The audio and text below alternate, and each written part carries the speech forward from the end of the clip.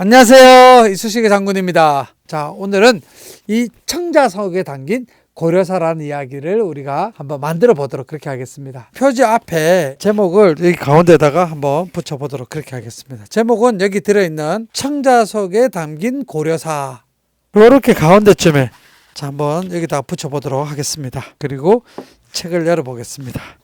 자, 여기 보니까 고려청자의 절반 모습이잖아요. 여기에다가 우리가 흔히 알고 있는 고려청자 중에 제일 유명한 것이 바로 상감청자라고 하죠. 상감이라는 것은 청자의 색깔을 아주 곱게 만드는 그 기법이에요.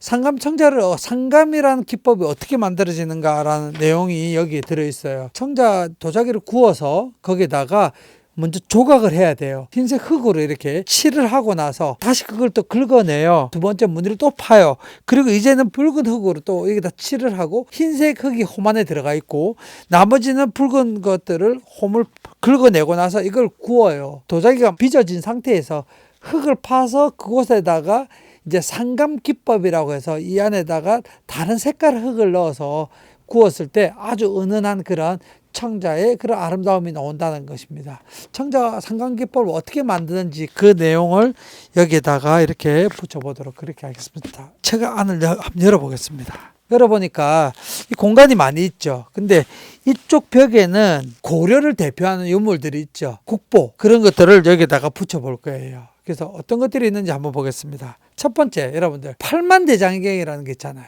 고려가 저기 몽고의 침략으로부터 벗어나기 위해서 불교의 힘으로 어려움을 이겨내기 위해서 만들었던 대장경이에요. 팔만대장경은 고려가 아주 어렸을 때 만들어진 거지만 이것은 지금까지도 세계 최고의 그런 문화재로 남아 있습니다. 그 사이에 팔만대장경 이쯤에다가 한번 붙여보도록 그렇게 하겠습니다. 그 다음에 또 청동은입사 표류 스금문 정병. 자, 이게 국보 제92호입니다. 청동으로 만든 화려한 주전자를 우리가 여기에다가 이렇게 붙여보도록 그렇게 하겠습니다. 자, 그 다음에 이 청자로 만든 향로예요. 청자로 만든 향로 이름은 청자투각 7보문 뚜껑 향로, 국보 제95호입니다. 이 청자로 만든 향로를 이 정도에다 한번 붙여보겠습니다. 이거는 탑이네요. 그죠? 국보 제4호인 여주 고달사지 승탑. 여기에 보시다시피 전부 다 불교에 관련되어 있는 거죠. 조선이 유교의 나라라고 하면 이 고려는 불교의 나라입니다. 이것을 여기다가 붙여보겠습니다. 자, 이제 바닥을 채워보겠습니다. 고려의 역사가 한눈에 볼 수 있는 태조 왕건에서부터 시작된 고려사라는 이 이야기가 여기 전체에 적혀 있는데, 첫 번째, 태조 왕건이 어떤 식으로 나라를 세웠는가.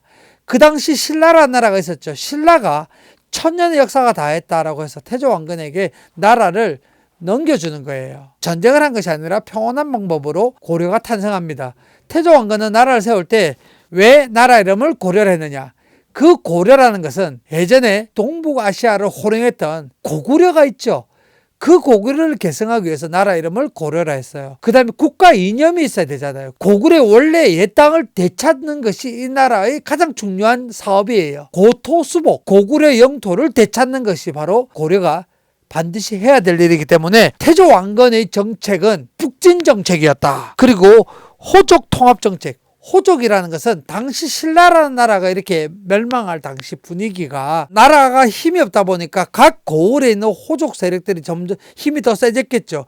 이 사람들을 그러니까 새로운 나라를 만들 때 잘 따라오게끔 해야 되기 위해서 이 호족들 세력들을 통합하는 그런 정책들이 필요했을 거예요. 그래서 태조 왕건은 고토수복의 북진 정책, 고구려 땅을 되찾는 그런 것들을 아주 중요하게 여기고, 그리고 또 지방에 있는 각 고을의 호족 세력들을 모아서 하나의 힘으로 만드는 것을 아주 중요하게 여겼다라고 이렇게 나와 있습니다. 그리고 그 이후에 고려 멸망할 때까지 고려의 정치에 대한 전체적인 이야기가 바로 이곳에 들어 있습니다. 자, 이 내용도 우리가 한번 붙여보도록 하겠습니다. 자, 그 다음에 여기 오른쪽에 붙일 종이는 바로 이겁니다. 고려의 서희라는 사람이 단판이라는 거 한 거 알죠? 바로 강동육주라는 것을 요 나라에게 말로 해서 강동육주를 우리가 차지하게 했던 이 서희라는 사람은 무술을 하는 무관이 아닙니다. 서희라는 사람이 저 요나라가 고려를 침략했을 때 그 당시 요나라의 장수증의 우두머리였던 소손영을 만나서 싸우지도 않고 지금의 압록강 이남의 강동 육주를 이 서희가 고려의 땅으로 만들어 버린 거예요. 외교로 우리 땅을 되찾아온. 그 압록강 이남의 강동육주, 기주, 곽주, 용주, 철주, 통주, 홍화진 이 6개의 성들을 이 서희가 단판으로 가져온 것은 원래 고구려가 멸망하고 나서 300년 만에 그 땅을 우리가 되찾아온 거예요. 고구려 영토를 되찾아오는 거기에 커다란 역할을 했던 바로 이 서희의 단판, 이 이야기는 우리가 꼭 배워둬야 될 것 같습니다. 자, 그 다음에 또 누구예요? 강감찬 장군입니다. 강감찬 장군은 또 요 나라가 쳐들어왔을 때 이번에는 그 소배합이라는 사람이 이끌고 10만 대군이 개경을 직접 공격했는데 강감찬 장군은 이 소배합이 이끌고 오는 10만 대군을 전멸을 시켰어요. 그리고 기주벌판에서 거란 군사들 다 모조리 물리쳤습니다. 이 거란이라는 이 무시무시한 세계 최고의 나라가 기주대첩에서 크게 패하고 결국은 시들시들해서 이 거란이라는 이 요나라 자체가 멸망해 버렸어요. 그 정도로 엄청난 전쟁에 승리를 했던 이 외침을 몰아냈던 이 강감찬 장군의 기주대첩에 대한 이야기가 있고요. 거란이라는 요나라가 어떻게 우리를 침략했다는 거란과 요나라와의 전쟁, 그리고 또 이 거란이 물러나니까 저 북쪽에 있던 여진족이 또 우리를 쳐들어왔어요. 여진족이 쳐들어왔던 그 침략에 대한 이야기. 자, 이 종이는 거란족과 여진족, 거란족은 요나라, 여진족은 금나라, 이 두 나라가 우리 고려를 공격을 해서 쳐들어왔는데 이 전쟁에서 우리가 모조리 승리합니다. 그 이야기가 여기 적혀 있고요. 여기 고려사 오른쪽 하단에다가 붙이도록 그렇게 하겠습니다. 자, 이제 이 책의 내부는 거의 다 된 것 같고요. 자, 책을 또 보면 아까 말씀드린 것처럼 이 부분이 비어 있죠. 자, 이 부분에는 고려청자의 상강기법을 어떻게 만드는 것인가 우리 아까 얘기를 잠시 해봤는데요.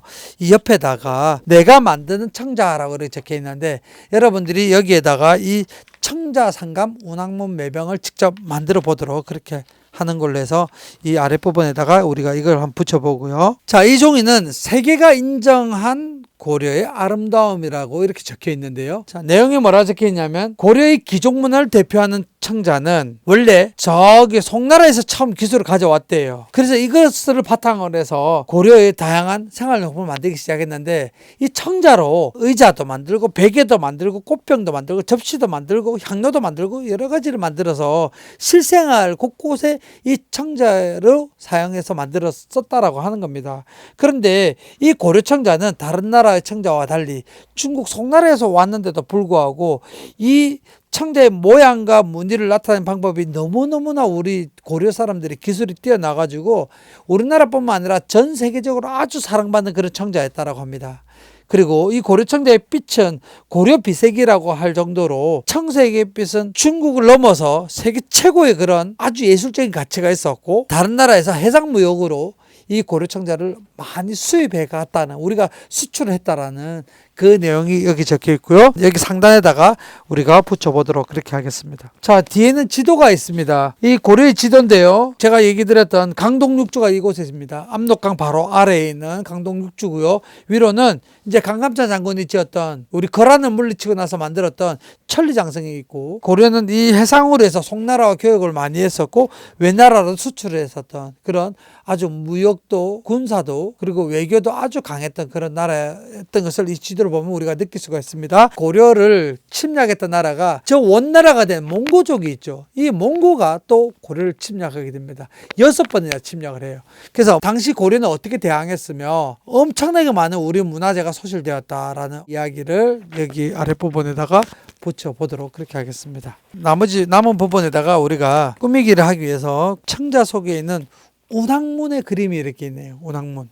자, 우리가 여러분들 고려청자라고 하면 이 도자기 있죠. 이 도자기, 이 모양의 도자기 원래 이름이 청자상감 운항문 매병이에요. 이름이 길죠. 청자상감 운항문 매병이란 무슨 뜻이냐면요. 첫 번째, 청자라는 말은 색깔이 푸른빛이 나는 도자기다라는 그런 말이고요. 상감은 여기에 이 문양을 만들었던 이 기법이 상감 기법이다. 아까 조각을 해서 거기다가 흰 흙을 갖다가 넣고 다시 또 긁어내고 했던 이게 바로 상감 기법이라는 것이에요. 청자 상감 운항문 매병. 운항문은 뭐냐면 구름운의 학자잖아요. 학이 구름을 뚫고 하늘을 올라간다는 그런 모양이다라는 뜻입니다. 그래서 청자, 상감, 운항문, 매병. 청자는 푸른빛을 가지고 있고, 그리고 상감은 이 상감 기법으로 만들었고, 운항문은 이 구름과 학이 있는 모양이 있고, 그리고 매병, 이것은 병이다. 병으로 사용하는 것이다. 라는 의미의 이름이에요. 예를 들어서 이 그림에 여러분들 뽀로로 그림을 새겨 넣어가지고 이렇게 그림을 그려서 넣는다라고 하면 이 청자 이름은 뭘까요? 청자, 상감, 뽀로로, 매병이 되는 거예요. 그래서 이곳에다가 여러분들이 그림을 그릴 때 여러분들이 원하는 이 이름과 이 병이 만드는 의미에 대해서 여러분들이 여기다가 조금 이제 써놓으면 훨씬 더 좋은 작품으로 만들 수 있을 것 같고요. 자, 마지막으로 여기 운항문 있죠? 여기 몇 장이 들어있으니까 이 종이를 빈대다가 예쁘게 한번 꾸미기를 해보도록 하겠습니다. 자, 이렇게 해서 만들기가 끝이 났습니다. 이 내용 전체를 보다 보면 청자 속에 담긴 고려사, 이 책 하나를 통해서 고려의 역사는 어떻게 된 것이며, 고려를 침략했던 주변 나라들은 어느 나라들이 침략했으며, 고려는 어떻게 그 침략을 극복했으며, 국가 이념은 무엇이었으며, 이런 것들을 모두가 알 수 있습니다. 자, 이 교재가 바로 오늘 이야기 주제였던 청자 속에 담긴 고려사입니다. 감사합니다.